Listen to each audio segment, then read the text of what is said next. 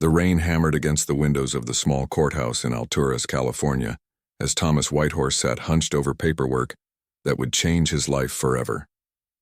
His weathered hands trembled slightly as he signed the adoption documents, the ink barely dry when the social worker placed a photograph on the desk before him. The girl in the picture had striking dark eyes and long black hair, her face carrying a mixture of innocence and premature wisdom that comes from hardship. Her name is Sarah, the social worker explained gently. She's 18 now, just aged out of the foster system. She's been looking for a permanent family her entire life. Thomas studied the photograph, his heart heavy with the memory of his own daughter, Luna, who had died in a car accident just 6 months earlier. His wife, Maria, had passed from cancer 2 years prior, leaving him to raise their 2 young sons, David and Michael, alone in their grief. The decision to adopt hadn't been easy. His sons, aged 12 and 14, were still struggling with the loss of their mother and sister. The house felt empty despite their presence, and Thomas hoped that bringing Sarah into their family might help heal the wounds that seemed to deepen with each passing day. He had grown up on the Modoc reservation, where community and family meant everything, and the idea of a young woman facing the world alone went against everything he believed in. Sarah's background was complicated.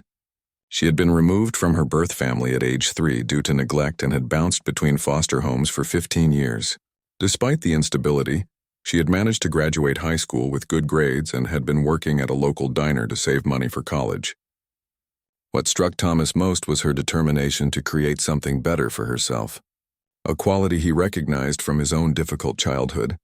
When Thomas first met Sarah at the coffee shop downtown, he was surprised by her maturity and quiet strength. She spoke carefully, choosing her words as if each one carried weight. There was something familiar about her features, something that nagged at the back of his mind, but he attributed it to the general resemblance many Native American children shared. She had been honest about her hopes and fears, admitting that she had almost given up on finding a family but was willing to try one more time. The first few weeks after Sarah moved into their modest ranch house were awkward but hopeful. She took the small bedroom that had once belonged to Luna, and Thomas noticed how carefully she arranged her few possessions, as if afraid they might disappear. David and Michael were initially suspicious of this new addition to their family, but Sarah's gentle nature and willingness to help with household chores gradually won them over. She would help with homework, prepare meals, and listen to their stories about their mother and sister without trying to replace the memories. Thomas found himself growing protective of Sarah in ways that surprised him. When she mentioned wanting to attend the local community college, he immediately began researching financial aid options. When she expressed interest in learning about her native heritage, he started teaching her traditional Modoc customs and stories. There was something about her eagerness to belong that touched a deep part of his soul, reminding him of his own search for identity as a young man. But even as the family began to heal together, Thomas couldn't shake the feeling that there was more to Sarah's story than what appeared in her official files. Sometimes he would catch her staring at old family photographs with an expression he couldn't quite read. Other times she would ask seemingly innocent questions about the reservation, about families that had lived there decades ago, about children who had gone missing or been taken away. Her questions always seemed casual, but Thomas sensed an underlying urgency that made him wonder what she was really seeking. The local community had welcomed Sarah with the typical warmth of small-town life, but Thomas noticed how certain older residents would give her long, searching looks, as if trying to place her face. Mrs. Henderson from the grocery store had even commented that Sarah reminded her of someone she used to know, though she couldn't quite remember who. These small moments accumulated in Thomas's mind like pieces of a puzzle he wasn't sure he wanted to solve. As autumn approached and Sarah settled more comfortably into their routines, Thomas began to notice small details that hadn't registered before. The way she hummed while cooking reminded him of a lullaby Maria used to sing. Her laugh had a particular quality that seemed hauntingly familiar. Most unsettling was how naturally she seemed to know her way around the reservation when he took her there for the first time, as if some part of her remembered paths she had never walked. The truth was lurking just beneath the surface of their new family harmony, waiting for the right moment to emerge. Thomas had no idea that his act of kindness in adopting Sarah would soon force him to confront a secret he had buried so deeply, that he had almost convinced himself it had never happened. The girl he had welcomed into his home with such hope and love was about to become the key to unlocking a truth that would test everything he thought he knew about honor, family, and redemption. The first hint that something wasn't right came during a family dinner in early October. Sarah was helping Michael with a school project about local history when she mentioned a story about a young Modoc woman who had disappeared from the reservation nearly 19 years ago. Thomas's fork clattered against his plate, and the sudden silence at the table was so thick it seemed to press against everyone's ears. "Where did you hear that story?" Thomas asked, his voice carefully controlled. Sarah looked up from Michael's textbook, her dark eyes meeting his with an innocence that now seemed almost calculated. "Oh, I was reading about local legends at the library," she said casually. The librarian mentioned there were several unsolved cases from around that time. Girls who just vanished without a trace. She paused, watching Thomas's face carefully. "It's sad, isn't it? Those families never knowing what happened to their daughters." David, now 15 and more observant than his father realized, noticed the tension immediately. He had been watching Sarah closely since she arrived. Not out of suspicion, but out of the natural curiosity of a teenager trying to understand this new dynamic in their home. He had noticed how she seemed to know things she shouldn't know, how she never seemed truly surprised by anything they told her about their family or their history. That night, Thomas lay awake staring at the ceiling, his mind racing back to a time he had spent years trying to forget. He had been 22 then, young and reckless, working construction jobs off the reservation to make money. He had met Elena at a bar in Reading, a beautiful Modoc woman with sad eyes who had told him she was 18. They had spent 3 passionate months together before she disappeared one night, leaving only a note saying she had to go away and not to look for her. Thomas had tried to find her, of course. He had asked around the reservation, checked with mutual friends, even hired a private investigator with money he couldn't afford to spend. But Elena had vanished as completely as if she had never existed. It was only years later, when he was married to Maria and trying to build a stable life, that he learned the devastating truth about Elena's real age and what had happened to her. The revelation had come through his cousin Jimmy, who worked for social services and had access to old case files. Elena hadn't been 18 when they met. She had been only 15, a runaway from an abusive foster home who had been using fake identification. When she disappeared, she had been pregnant, and she had given birth to a baby girl before dying in a car accident while trying to reach a relative in Oregon. The baby had been placed in foster care and all records had been sealed. Thomas had never told anyone about Elena, not even Maria.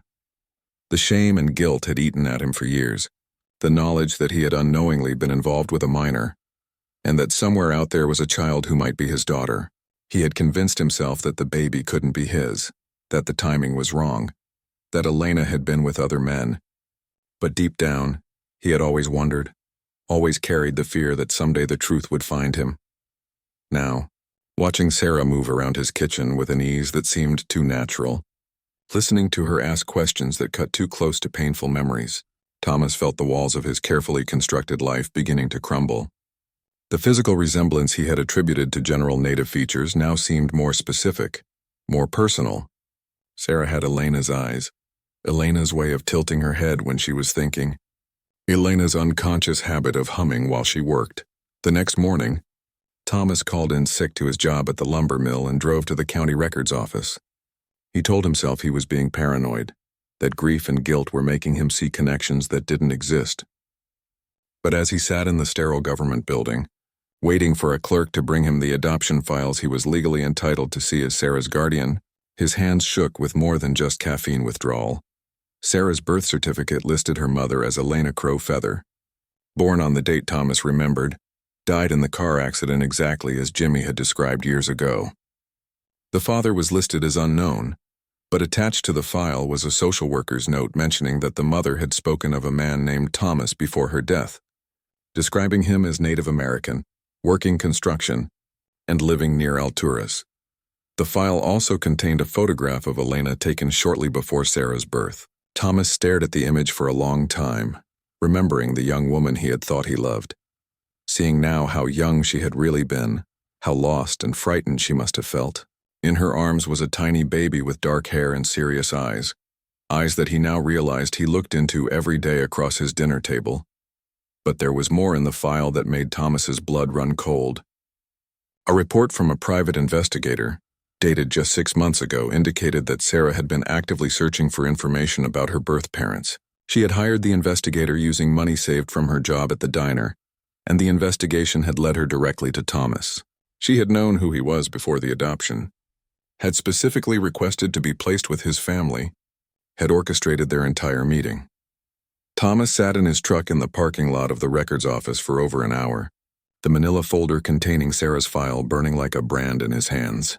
His daughter, and he was now certain she was his daughter, had come looking for him, had manipulated the system to become part of his family. But why? What did she want? Was this about revenge, money, or simply a desperate need to belong somewhere?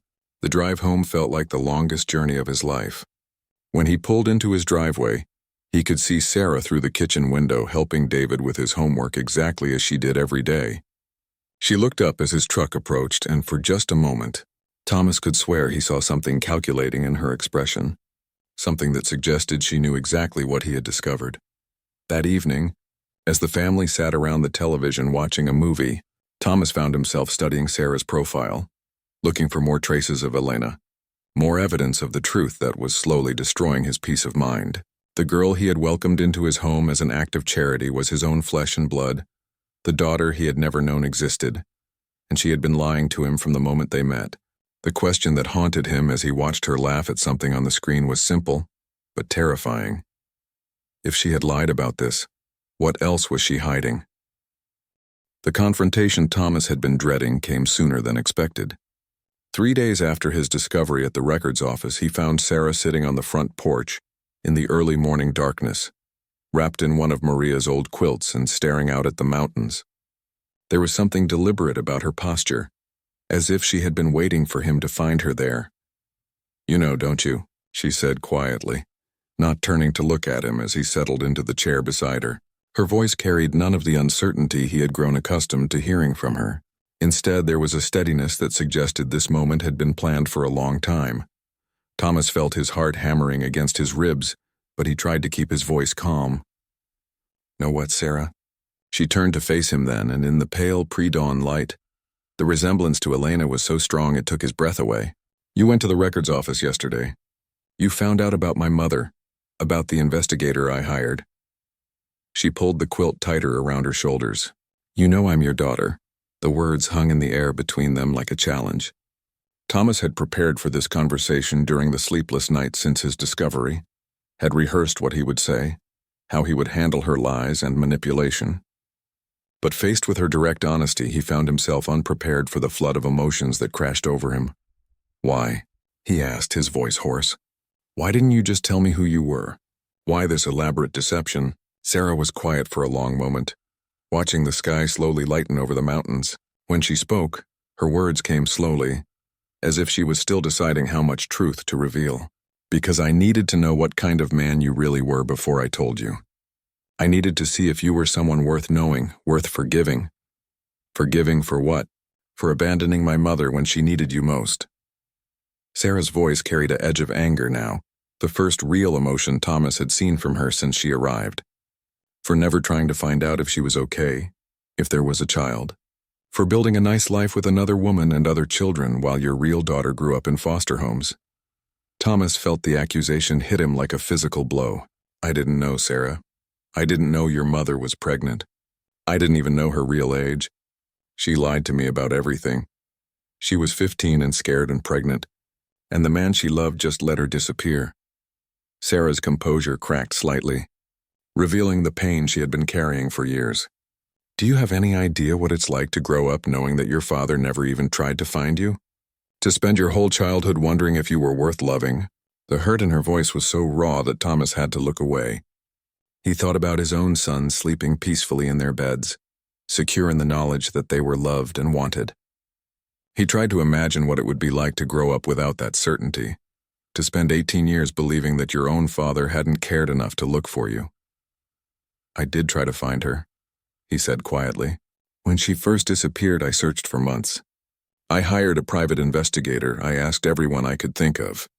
But Elena had covered her tracks completely. And when I finally learned the truth about what happened, you had already been adopted by another family. I thought you were happy, settled. I thought it would be wrong to disrupt your life." Sarah laughed, but there was no humor in the sound. "Adopted? I was never adopted. I spent 15 years bouncing between foster homes, temporary placements, group homes. I aged out of the system at 18 with nothing but a high school diploma and a part-time job at a diner." Thomas felt sick. All these years he had told himself that his unknown daughter was living a good life with loving parents, that his absence hadn't mattered because she had found better. Learning that she had suffered while he built a comfortable life with his own family was almost unbearable.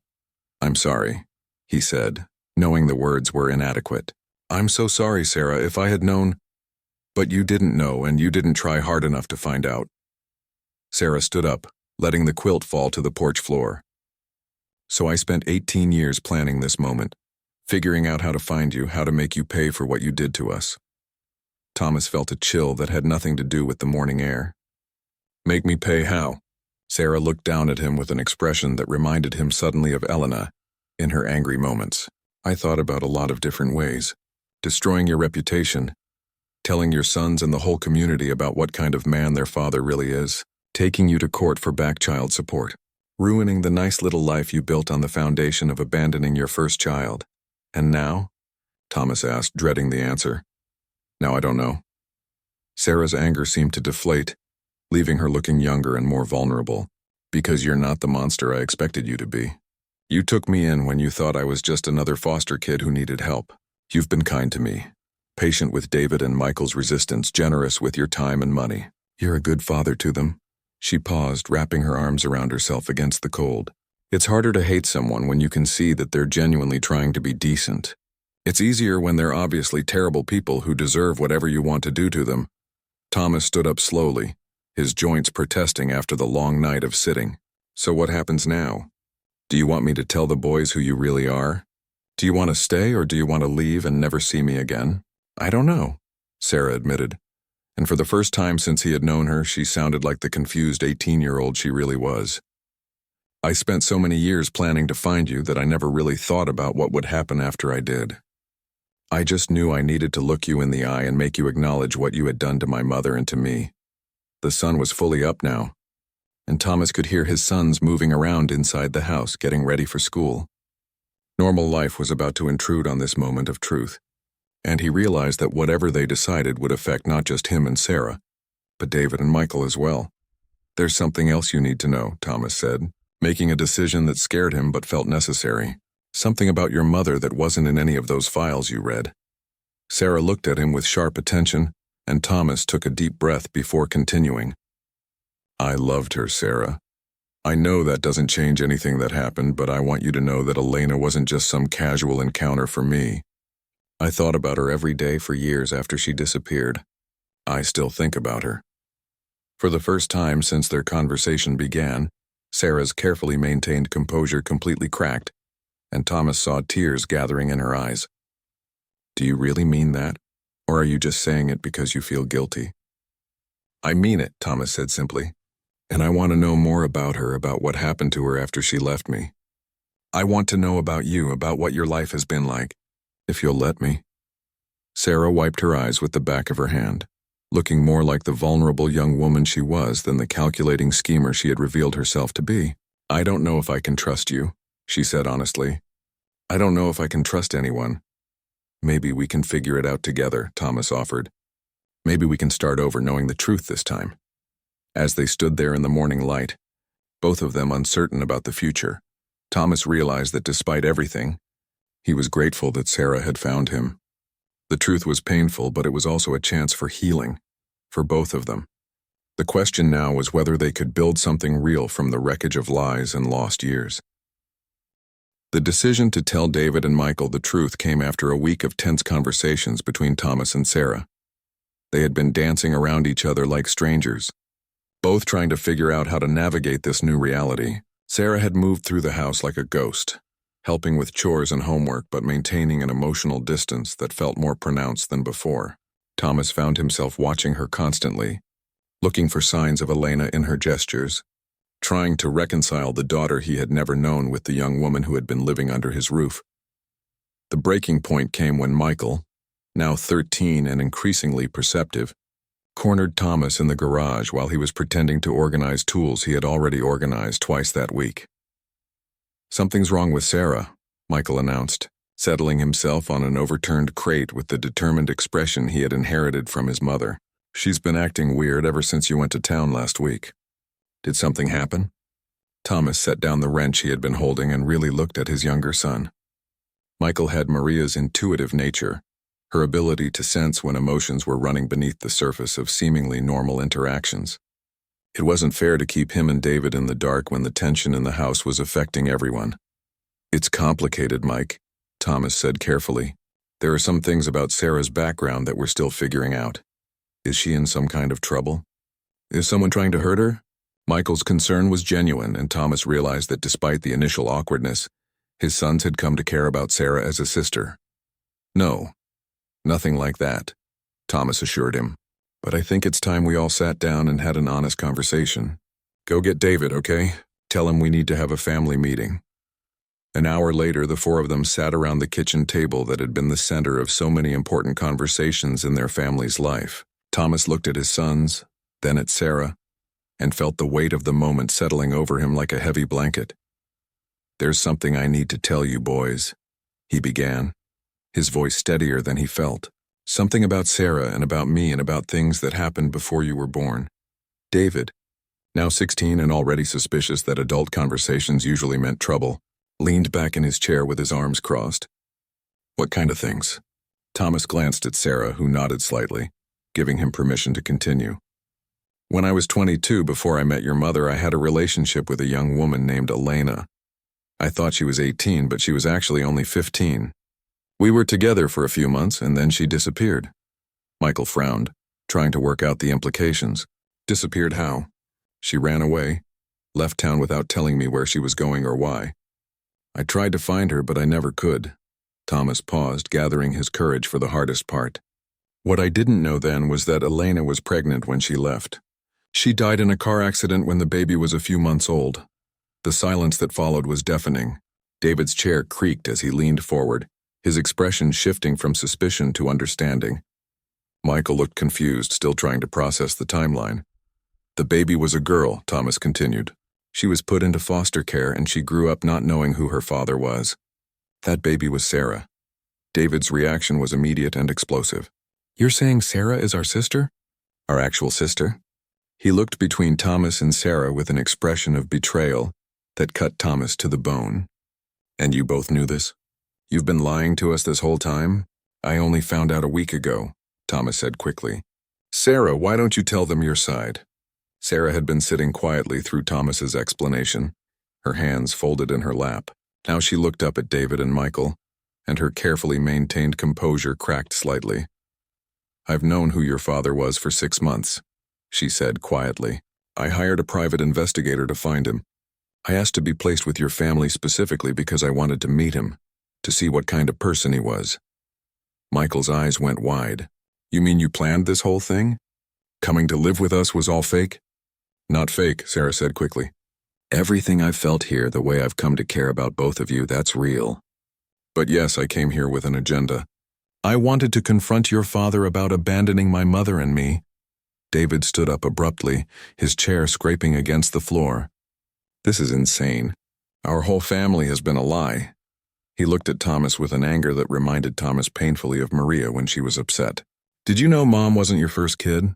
Did she know she was raising someone else's children while your real daughter was out there?" "Your mother didn't know about Elena," Thomas admitted. "I never told her because I thought Elena's baby couldn't possibly be mine. I convinced myself the timing was wrong, that there had been other men." "But you weren't sure," David accused. "You just decided it was easier not to know." Thomas felt the accuracy of the accusation like a physical blow. "You're right. I was a coward. I was young and scared, and I took the easy way out. I've regretted it every day since I learned the truth." Michael, who had been sitting quietly trying to process everything, suddenly spoke up. "So Sarah is really our half-sister?" "Yes," Thomas said simply. "And she's been living here for 2 months without telling us?" "Yes." Michael was quiet for a moment, then looked directly at Sarah. "Why didn't you just tell us from the beginning? Why all the sneaking around and lying?" Sarah met his gaze, and Thomas saw some of Elena's sadness in her expression. Because I needed to know if your father was a good man before I decided whether I wanted him to know who I was. I needed to see if he was worth having in my life. And? David asked, his voice sharp with challenge. What's the verdict? Sarah looked at Thomas, then back at the boys. I honestly don't know. He's been kind to me, kinder than I expected. But he also abandoned my mother when she was pregnant and scared. And he never tried hard enough to find out what happened to us. I'm still trying to figure out how to feel about that. David shook his head in disgust. This is crazy. Our dad has a secret daughter. She tricks her way into our family, and now we're all supposed to just pretend this is normal? Nobody's asking you to pretend anything, Thomas said. I know this is a lot to process. It's been a lot for me too. But Sarah is family, whether we planned it this way or not. She's your family, David shot back. Mike and I didn't ask for any of this. We were just starting to get back to normal after Mom and Luna died, and now everything's messed up again. The mention of Luna and Maria brought the conversation to an abrupt halt. Thomas realized that in focusing on the revelation about Sarah, he had overlooked how this would affect his son's grief process. They had been through so much loss already, and now he was asking them to accept that their family structure had been built on lies and secrets. Michael spoke into the silence, his voice small and uncertain. Does this mean Sarah is going to stay? Or is she going to leave now that everyone knows the truth? All eyes turned to Sarah, who looked as uncertain as Thomas felt. I don't know, she said honestly. This isn't how I imagined this conversation would go. I thought I would tell your father who I was, make him acknowledge what he did wrong, and then leave. But it's more complicated now. Why is it complicated? David demanded. Because you're not just concepts anymore, Sarah said, her voice getting stronger. You're real people, and I care about what happens to you. Because this house feels more like home than anywhere I've ever lived. Because your father isn't the monster I expected him to be. Even though he did things that hurt my mother and me. She paused, looking around the table at the three faces watching her. And because I've never had a real family before, and part of me wants to know what that feels like, even if it started with lies. Thomas felt something shift in the atmosphere of the room. The anger was still there, along with hurt and confusion, but underneath it all was something else. A tentative possibility, a chance for something new to grow from the wreckage of secrets and lost years. So what happens now? Michael asked, echoing the question that was on everyone's mind. Thomas looked at his sons, then at Sarah, seeing his lost daughter and his adopted stranger at the same time. I think we figure it out as we go, he said. All of us together, if that's what everyone wants. The question hung in the air, waiting for an answer that would determine the shape of their family's future. The weeks following the revelation were like walking through a minefield. Everyone in the house seemed to be moving carefully, afraid that one wrong word or gesture would trigger an explosion that would scatter their fragile new understanding.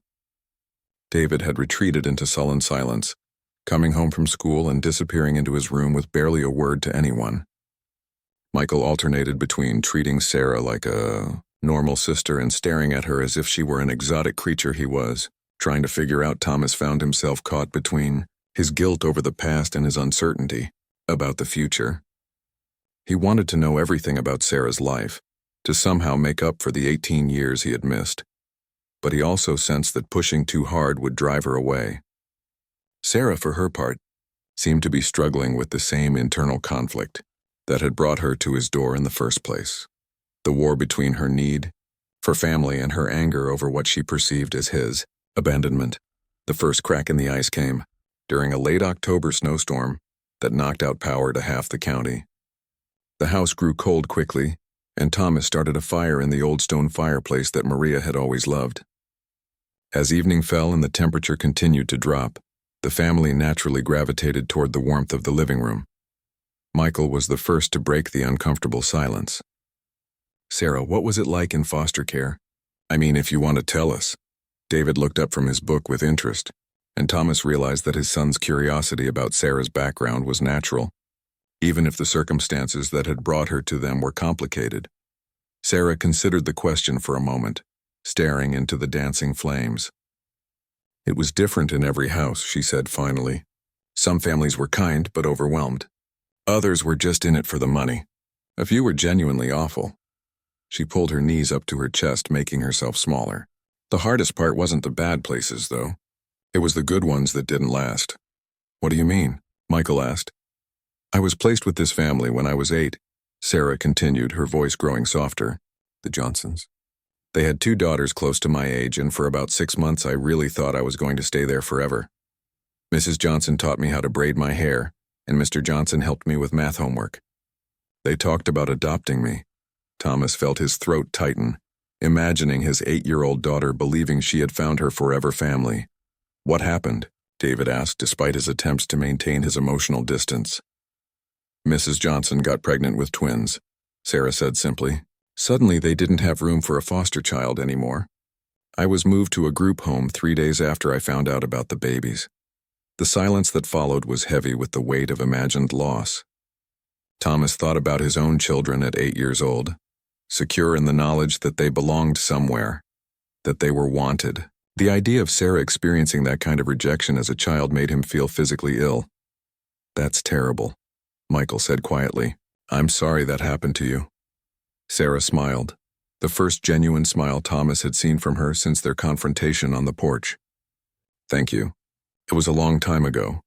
But it still hurts, David said, surprising everyone with his insight. Bad things from when you were a kid don't just stop hurting because you get older. Sarah looked at him with new interest. You're right.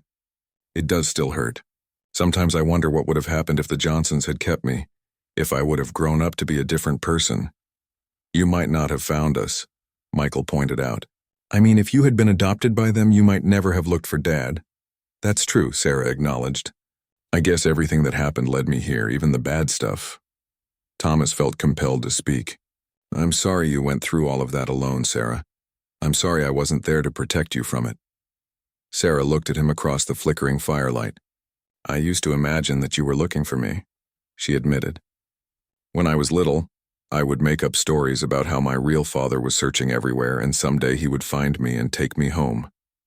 It took me years to accept that wasn't going to happen. The pain in her voice was raw and immediate, and Thomas felt it like a knife to his chest. I should have looked harder. I should have never stopped looking. Maybe, Sarah said, but I'm not that little girl anymore. And you're not the same person you were 20 years ago either. We can't change what happened, but we can decide what happens next. David had been listening to this exchange with growing intensity. What do you want to happen next? He asked Sarah directly. Do you want to stay here and be part of our family? Or are you still planning to leave once you've figured out whatever you came here to figure out? It was the question they had all been avoiding, the one that would determine whether they were building something permanent or just marking time until Sarah moved on. Sarah was quiet for a long moment, her gaze moving from David to Michael to Thomas. I want to stay, she said finally. I know that's complicated, and I know it's going to take time for all of us to figure out how to be a family when everything started with lies. But I want to try. Even though Dad screwed up with your mom, David pressed. Even though your father made mistakes when he was young and scared, Sarah corrected gently. Yes. David studied her face in the firelight, looking for deception or manipulation. Instead, he seemed to find something that satisfied him. Okay, he said simply. But no more lies. If we're going to be a family, we have to be honest with each other. Agreed, Sarah said immediately. And you have to stop walking around here like you're afraid we're going to kick you out, Michael added. It's weird and it makes me feel bad. Sarah laughed, a sound that was part relief and part genuine amusement. I can work on that.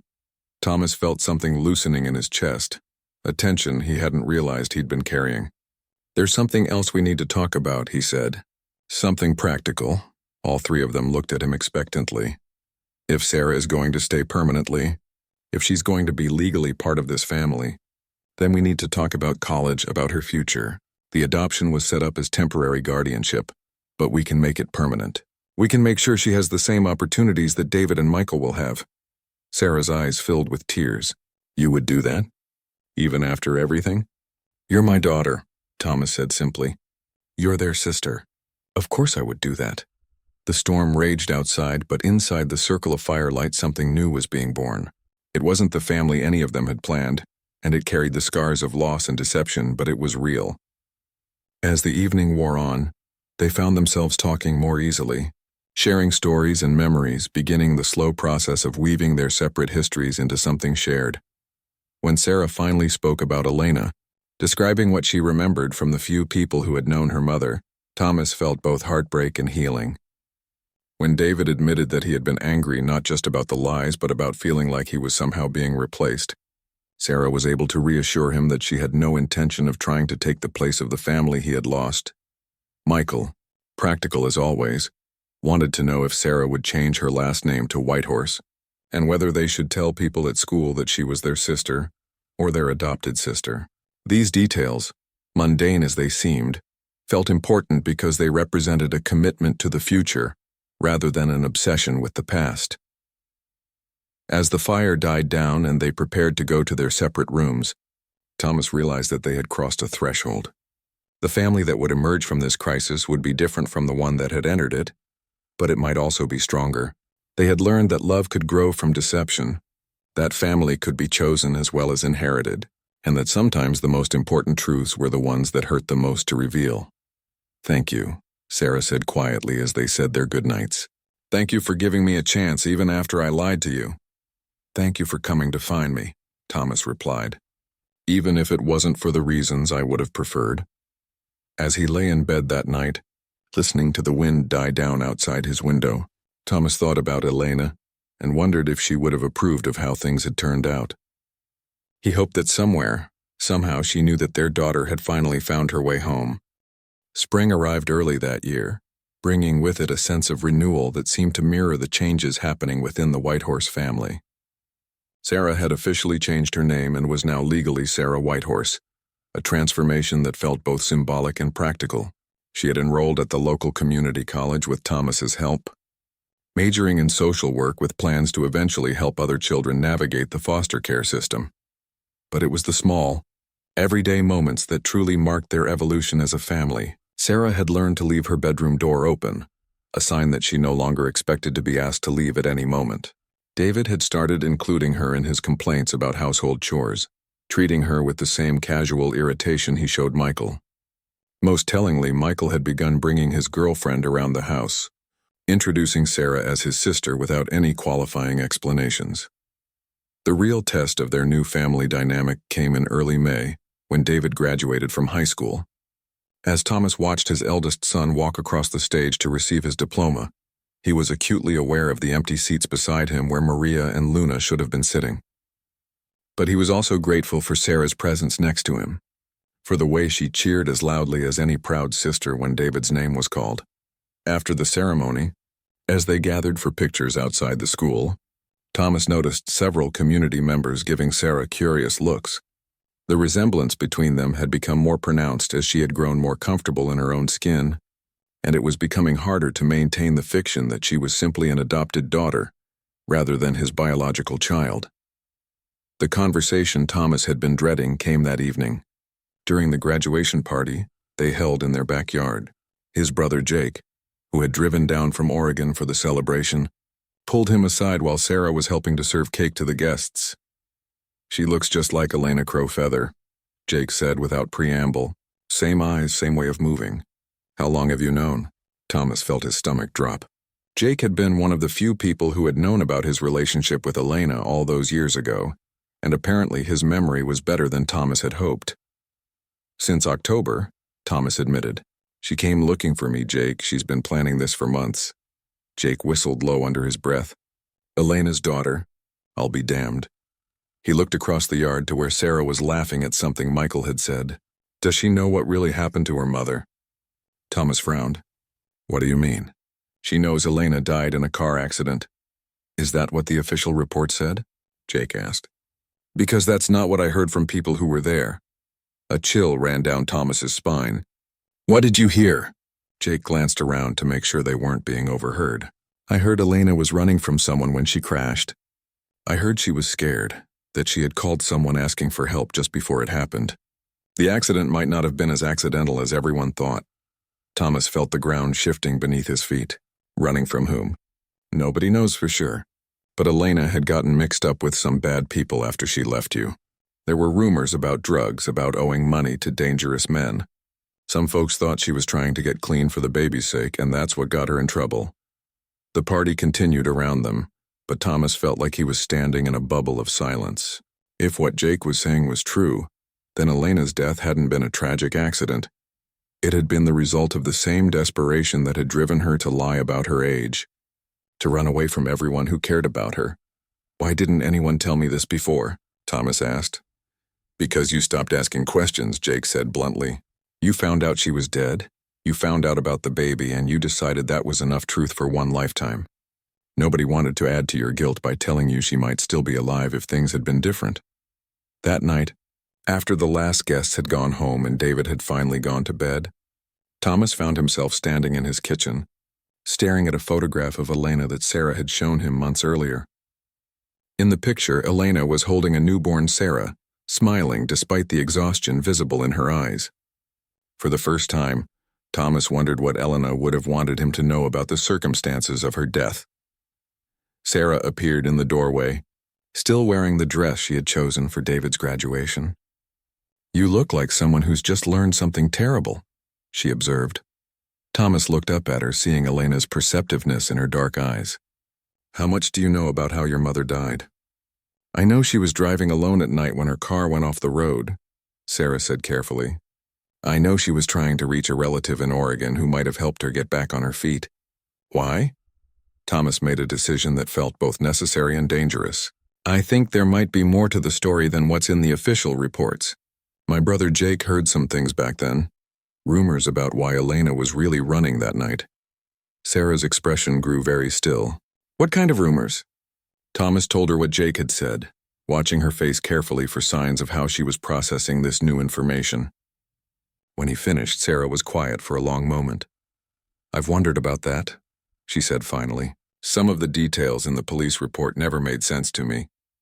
The time of night, the route she was taking, the fact that she had packed everything she owned into the car like she was planning to never come back. Did you ever try to investigate further?" "I thought about it," Sarah admitted. "But I was so focused on finding you that I didn't want to get distracted by chasing down answers about her death." Maybe that was a mistake. Thomas felt a familiar weight settling on his shoulders, the burden of choices made and unmade, of questions asked and unasked. "Maybe we could look into it together," he suggested. "If you want to know the truth, I mean." Sarah studied his face in the dim kitchen light. "Why would you want to do that?" "It's going to be painful and it might not change anything. Because she was important to me," Thomas said simply. "Because she was your mother. Because maybe it's time I stopped running away from difficult truths." Sarah smiled then, an expression that transformed her entire face. "I'd like that," she said. "I'd like to know who she really was, not just the story I've been telling myself all these years." As they stood there in the quiet kitchen, Thomas realized that their journey as a family was far from over. They had navigated the revelation of Sarah's identity, had learned to live with the truth of their connection, but now they were facing something new and the possibility of uncovering secrets that had been buried. For nearly 19 years, the search for the truth about Elena's death would test their newfound family bonds in ways they couldn't anticipate. But as Thomas looked at his daughter, he could finally think without guilt or confusion. He felt ready for whatever they might discover. They would face it together, the way families were supposed to face difficult things. "We'll start tomorrow," he promised. And Sarah nodded, her eyes bright with something that looked like hope mixed with fear. Whatever they found, they would find it together. The investigation into Elena's death took them to places Thomas had never expected to go. With Sarah's help, he contacted the original investigating officer, now retired, who admitted that the case had never felt right to him.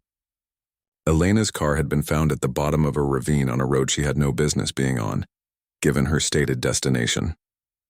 There had been evidence of another vehicle at the scene, but no witnesses and no way to identify the other driver. More disturbing was what they learned from Elena's former roommate, a woman named Carmen, who had been afraid to speak up 19 years ago but was now willing to tell the truth. Elena had been involved with a man named Ray Sellers, a small-time drug dealer who had gotten her addicted to prescription painkillers. When Elena discovered she was pregnant, she had tried to break free from both the drugs and from Ray, but he had threatened her repeatedly, claiming she owed him money and couldn't leave until the debt was paid. She was terrified, Carmen told them over coffee in a diner outside Reading. Ray had found out she was planning to leave town, and he kept saying he wouldn't let her take his property away from him. I think he meant the baby, but Elena thought he meant her. Sarah had grown very quiet during Carmen's recitation, her hands wrapped around her coffee cup as if seeking warmth. You think he caused the accident? I think he was chasing her that night, Carmen said. Elena called me about an hour before it happened. She was crying, said Ray had found out where she was staying and she had to leave right then. She said if anything happened to her, she wanted me to make sure the baby got away from him. Thomas felt sick. All these years he had carried guilt about not finding Elena, about not being there when she needed him. But he had never imagined that his absence might have directly contributed to her death. If he had looked harder, if he had found her before Ray Sellers did, Elena might still be alive.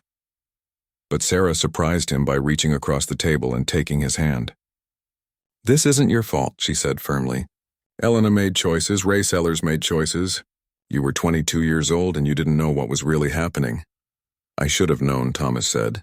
I should have realized she was in trouble. How? Sarah challenged. She lied to you about her age. She disappeared without explanation, and when you tried to find her, she had covered her tracks completely. You were a kid yourself, and you did what you could with the information you had. Carmen nodded in agreement. Elena was good at hiding things when she wanted to. She didn't tell anyone about the drugs until she was already in deep. By the time any of us realized how dangerous Ray was, it was almost too late. What happened to him? Thomas asked. Ray Sellers? He died in prison about 10 years ago, Carmen said. Got into a fight with another inmate over something stupid, but the damage he did lived on long after he was gone. They left the diner with more questions than answers, but also with something that felt like closure. Elena's death had been tragic and senseless, but it hadn't been Thomas's fault, and it hadn't been an accident in the way they had originally believed.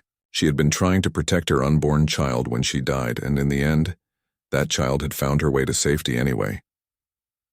The drive home was quiet, both of them lost in their own thoughts. It wasn't until they were pulling into their driveway that Sarah spoke again. I'm glad we know the truth, she said. It's awful, but it's better than wondering. Are you okay? Thomas asked, studying her profile in the dim light from the porch. I think so. It helps to know that she loved me enough to risk everything trying to get away from that life. I always wondered if maybe she had just gotten tired of being pregnant. If she was planning to give me up anyway. Thomas turned off the engine and sat for a moment, looking at the house where David and Michael were probably doing homework or playing video games, living the normal teenage life that Sarah had never been allowed to have. There's something I want to ask you, he said. Something I've been thinking about since we started looking into all of this.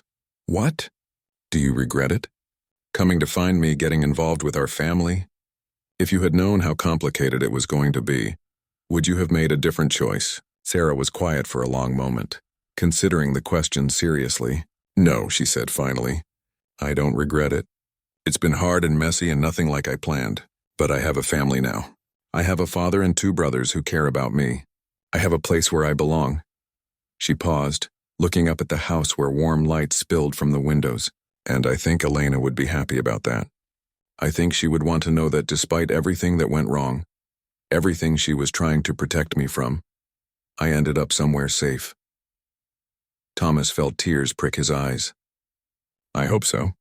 I hope she knows that you turned out to be an amazing person despite everything you went through. I had good examples, Sarah said simply. Even in the worst foster homes, there were always people who tried to do right by the kids. Teachers, social workers, other foster children who looked out for each other. I learned that family isn't just about blood. It's about choosing to love people and stick by them even when things get difficult. As they walked up the front steps together, Thomas realized that Sarah was right. The family they had built wasn't the one any of them would have chosen under different circumstances, but it was real and strong and worth the pain it had taken to create it. Elena's death had been a tragedy, but her daughter's life had become something beautiful. David met them at the door, eager to hear about their trip and ready to complain about the history essay he was supposed to be writing. Michael appeared from the kitchen with cookie dough on his hands, demanding to know if they wanted to help him finish baking the batch he had started. The house felt warm and alive with the sound of their voices, with the comfortable chaos of a family going about its daily business. Later that night, As Thomas was getting ready for bed, he found a note that Sarah had slipped under his door. In her careful handwriting, she had written, "Thank you for giving me a chance to be your daughter. Thank you for helping me find the truth about my mother. Thank you for showing me what it means to have a real family. I love you, Dad." Thomas sat on the edge of his bed holding the note, thinking about the long, strange journey that had brought them all to this moment. Elena's hidden truth had shattered his family's understanding of itself, but from those broken pieces they had built something new and strong. Sarah would always carry the scars of her difficult childhood, and Thomas would always carry the regret of not finding her sooner. But they had found each other in the end. As he turned off the light and settled into sleep, Thomas whispered a prayer of gratitude to Elena, wherever she might be. Her daughter was safe, loved, and home at last.